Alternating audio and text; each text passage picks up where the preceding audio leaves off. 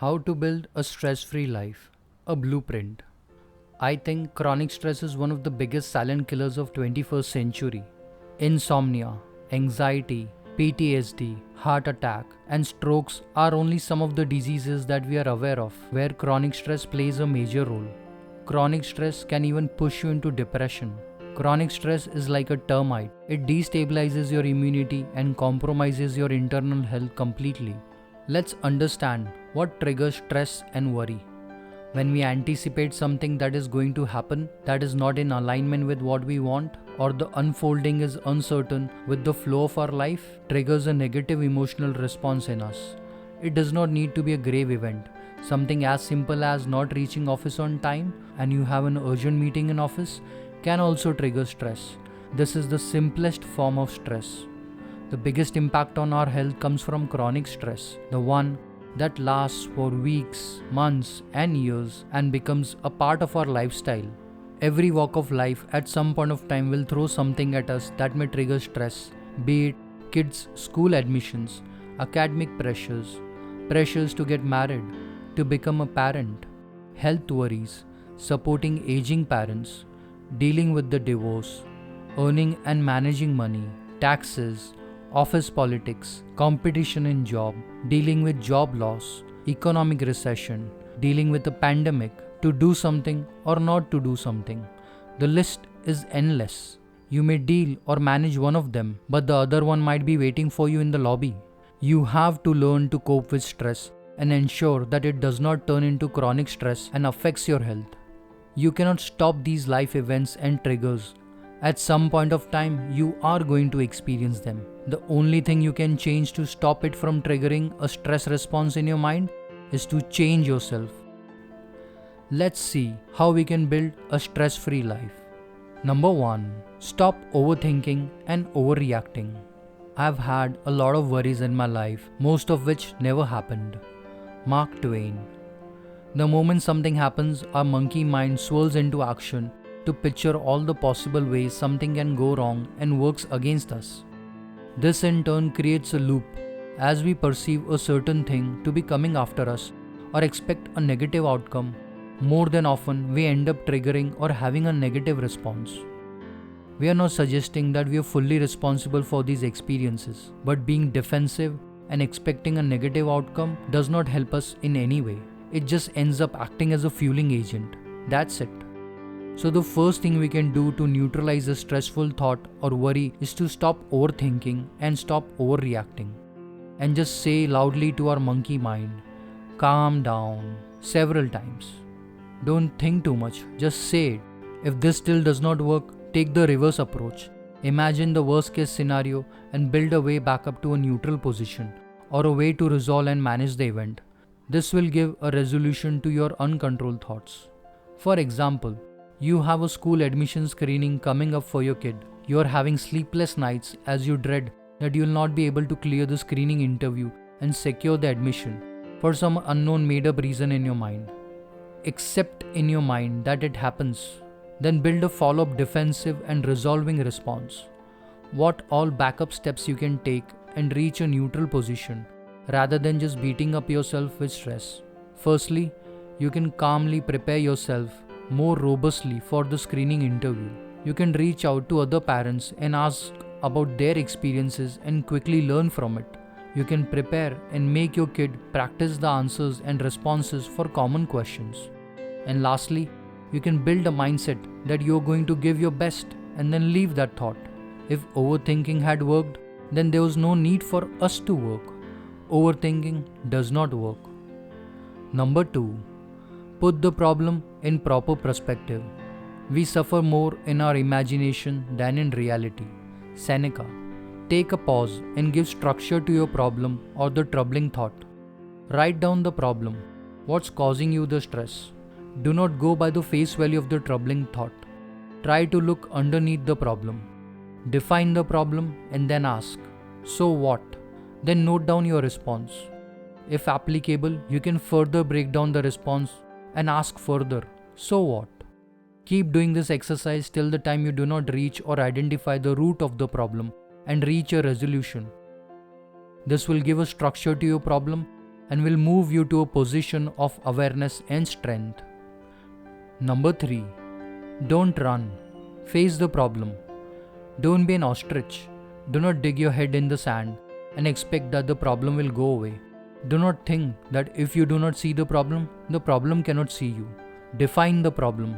Look at all the options you have. Break the problem and design a resolution in controllable and uncontrollable factors. Focus on what you can do about it without causing disruption and bring it to a resolution. Address it before it becomes a high priority or an emergency. Number 4. Have proper energy levels. A lot of time a problem looks and feels much bigger than it is because we do not have the appropriate emotional, mental or physical energy levels. You may not realize what's causing the exhaustion or anxiety and why you're not able to deal with a certain situation. It could be as simple as being tired and feeling burned out. Protect and maintain your energy levels all the time. A lack at any level and you compromise your ability to perceive things correctly, take timely decisions and deal with the thing. Do not reach that point. Become aware quickly and take appropriate steps. You can check out my other video on this topic, how to reduce stress. Number 5. Set your priorities correctly. Have a work-life balance. When it comes to work front, there are hardly any personal boundaries left, especially if you're a knowledge worker and are in a leadership role. You take work to home, to your vacations, to your family time as well. You may get a call from office at any hour. You may have to jump on to draft that urgent response even while you're on a vacation. So set boundaries and have a work-life balance. You may be having a string of success on work front and completely compromise your family life. This may not show up as disruption in short term, but over time it becomes your second nature. And when the fire breaks out, you will not be able to trace what caused the fire. Success and achievements in professional life becomes the individual's identity. Nothing wrong with that, but do not over-identify with it. People start to identify so much with their professional achievement that their loved ones and family may start to feel isolated and misplaced. The individual grows exponentially on professional front, grows emotionally, changes his thought process and lifestyle so much that the family does not even get time to absorb the change. In so many cases, over a period of time, the spouse becomes alienated and this brings in the emotional disconnection, which eventually shows up and unfolds as a divorce. People forget that work is only a part of your life, but your family holds a bigger role in your life. All the success that you may achieve will not mean anything if you do not have your family by your side. A misplaced work-life balance shows up only in one place, with your family, either with your spouse or with your children. The latter may be more difficult to heal and reverse as it involves children. Misplaced priorities are what causes broken relationships and a broken life, causes stress and eventually leads to depression. So have a work-life balance and gauge priorities of your life correctly. Number 6. Buy it only if you can afford 2 of it with cash. This is a very hard rule to live by and may not be easy in today's fast life. We may not be able to follow it literally, but understand the message and try to get as close as you can to this position. Be aware of the risk involved if you stretch your feet beyond your means. Bite only what you can chew. Number 7. Pay off all your debts first. Debt is one of the biggest contributors of stress, be it an individual or for an organization. Uncontrolled, unplanned debt could kill an individual as well as a company. Debt comes silently at our doorsteps in so many forms. Debt is a double-sided sword. If you do not know how to swing this sword, stay away. This sword cuts very swiftly and deep. If you do decide to pick up this sword, handle it with utmost care and put it to rest back in its case as quickly as possible. Debt commitments and overextended spending could create a cage of lifestyle and enslave you in stressful position or in a job for a very long time. This could shoot up your stress levels to chronic level. You literally feel being strangled by the burden of your debt and the feel of being stuck in chains. So pay off your debt as quickly as you can. Make that your highest priority. Number 8. Build assets and become financially independent. Maximum amount of stress is caused by either of the three walks of life: money, health, and relationships. Further, out of these three, more than often 80% of stress is caused by money related problems. If you are able to address and build assets over a period of time, the money generated by these assets creates a loop and take care of itself. Some may think that you need money to build money. To some extent, that is true. But you can earn well in your initial years and save aggressively and invest that amount to create wealth. Have a clear plan to generate passive income and allow it to compound. Also remember that every penny saved is a penny earned. This is an old age advice, but our generation does not truly understand its impact till it's too late. Carve it in your mind and live by it. We are not suggesting that you become stingy, but be mindful of your spending. Save first, spend after that. These are game-changing habits, but taken for granted by majority. We do the reverse. We spend first and save later, which is hardly anything. Then when the rainy day comes, we do not have an umbrella. Over time, we start living beyond our means, and this compounds the stress level rather than the money. Create an umbrella of passive income and assets while you still have time. Becoming financially independent should be one of your primary goals. Go after it. Work, save, and invest money today such a way that you do not have to work day after tomorrow. Number 9. Don't be a maximalist. Be a minimalist. Two rats put up in a cage and they try to outrun each other for the only piece of cheese at the end of the cage. This is the rat race we live. We race for opportunities, resources, conveniences, power, lifestyle, meeting social standards, and whatnot. If you want to win the race, build a healthy lifestyle and assets such a way that money moves out of the equation and stops putting pressure on you. A lot of pressure is additionally built when you try to live in a template thrown at us by the society.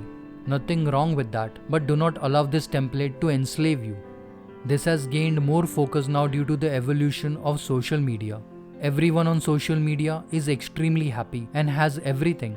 But understand that everyone just puts their best side of life on social media. Someone may be living a broken life or battling depression and may be engaging on social media for some relief or just to stay in the circle. Do not allow the social template of life to choke your thinking and force you to become a maximalist. Life will still be beautiful if you become a minimalist. Don't be afraid to slow down in life. A humble man is still better than a dead gladiator. Number 10. Some old age advice: health is everything. A tomb suffices him for whom the whole world was not sufficient. Alexander the Great. No one is recognized as rich or poor on the other side of life. Alexander the Great chased wealth and lands for his entire life, but could not take any of it to his grave. One of his last wishes was to have his hands dangling out of his coffin on the way to the graveyard, so that people realize that you come empty-handed and have to go empty-handed. The biggest wealth that you have is your health. It can very quickly become your biggest contributor towards stress if you lose it or if it becomes compromised. The irony is that we all know this, but truly understand its value only after we lose it. If you're dead or ill, then it does not matter how successful, how rich or wealthy you are. If you lose your health, everything will cease to have a meaning. No amount of money will be able to save you. It could aid you in getting a treatment, but getting treatment need not necessarily mean getting cured every time. Alexander the Great had asked 4 doctors to carry his coffin to his grave so that people understand that neither money nor doctors were able to save him. So understand the value of your health and do not put it on a burner unnecessarily. Number 11. Get unstuck. Do not allow stress to stick. I recently got introduced to a woman. She had lost her scalp and eyebrow hair and was wearing a scarf on her head. I quickly realized she had cancer and was going through her chemotherapy. But to my surprise, she was brimming with positivity, happiness, and was oozing with glow on her face. We can learn so much from such experiences if we want to. Life is beautiful, and the good part is that we are the creator and designer of it. A beautiful life just does not happen. It is built every day with positivity, love, and understanding. A bad day, a bad event is not necessarily a bad life unless you allow it to. Raise the level of your awareness, vibrations, self-belief, and level of acceptance. Gain wisdom and rise above. Do not allow mundane issues to drag you down. When things do not go as per your plans, which will happen, zoom out of the situation and that moment and see what happened, why it happened, and what you can do about it. What part of it can you control, manage, and resolve? Get unstuck, get up, and get going. Number 12. Trust the process of life. There is always a way out. Find it. Never lose hope. It's up to you whether you allow a setback to define you or you make it as a stepping stone for a successful life. Ups and downs are part and parcel of life. You can watch my video on difficult times in the link above and in the description box. Life is way much valuable and worth living. Whatever you need is inside you. Do not externalize it to an extent that you cannot take the stress and pain if you lose it. Understand the law of duality. Life has happiness as well as sadness. Life gives you success as well as failures. It's the failures which gives more meaning to success. Someone truly understands happiness who has experienced sadness. Ups and downs turn in cycles like day and night. Both ceases to have a meaning without the other. And in case everything fails, just remember one last thing. This shall pass too. Life keeps changing. Happy living. If you like the video, please press the like button and subscribe to my channel and press the bell icon. Thank you.